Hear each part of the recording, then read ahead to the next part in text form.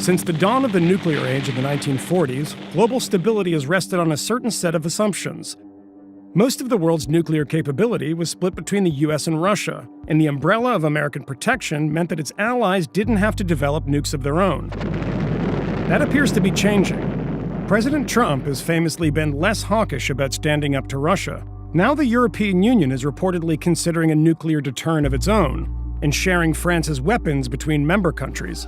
The situation in Asia is even more unsettled. North Korea is fanatically pursuing its own arsenal of nuclear-tipped ballistic missiles. On Monday, it test-launched 4 of the rockets into the ocean, just 200 miles shy of Japan. And the American president has unconventional ideas about how Japan should prepare. North Korea has nukes. Japan has a problem with that. I mean, they have a big problem with it. Maybe they would, in fact, be better off if they defend themselves from North Korea. Maybe we would be better off, including with nukes, yes. All of this has experts worried about an era of renewed nuclear threat, from jittery states and rogue actors who might seize on the instability. Among those sounding the alarm is William Perry, who served as Secretary of Defense under President Clinton.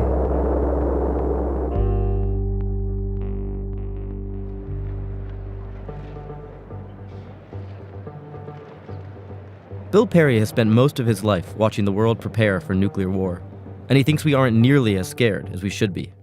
I think the professionals in the field have a pretty good understanding of the impact of the use of nuclear weapons, but the general public certainly does not, and many of our leaders do not. Perry's 89 years old. He lectures at Stanford, launched an online seminar last year, and travels the world 2 or 3 months a year to talk about how close we've come to catastrophe and how close we still are.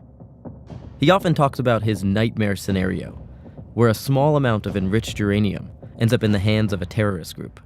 If they had maybe 40 kilograms, they could make an improvised nuclear bomb. But what would be the consequences? The consequences of a 15-kiloton bomb would be Hiroshima. And besides the 80,000, 100,000 casualties, the social, the political, and the economic consequences are just really hard to believe. How realistic is this, though? Isn't this just some sci-fi fantasy fear? I think of all of the nuclear catastrophes that could happen, this is the most probable. I would say it's probably an even chance this will happen sometime in the next 10 years. An even chance? Even chance. Sometime in the next 10 years. You may desperately want to dismiss Perry as an alarmist, but he's a renowned expert, often called upon by world leaders. I met him in Mexico City, where he was attending the celebration of a 50-year-old nuclear ban treaty and running a closed-door planning meeting for top nuclear proliferation experts from around the world, known as the Group of Eminent Persons. They made us turn off the camera. The truth is, the chance of a nuclear war is not what it once was. In the late 80s, there were 70,000 nukes around the world. Today, there are only about 15,000. But Perry's not comforted by better odds. We have the possibility of a regional nuclear war between Pakistan and India, for example. Even if they use only half of their nuclear arsenal, those bombs would put enough smoke in the air and enough dust in the air that would go up and settle in the stratosphere, then distribute itself around the planet, would block the rays of the sun for years to come. There are going to be millions of people who die from that alone. That's a horrific vision. Does it keep you up at night? The one that really keeps me up at night is the one which is not as probable, and that is that somehow Russia and the United States blunder into a nuclear war. An all-out general nuclear war between the United States and Russia would mean no less than the end of civilization. That's not being dramatic, that's not being hyperbolic, that's just what would happen.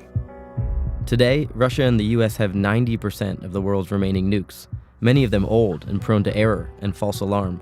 And they're in the hands of leaders who Perry sees as having cavalier attitudes about their potential. Are there things you see with President Trump that concern you? Yes.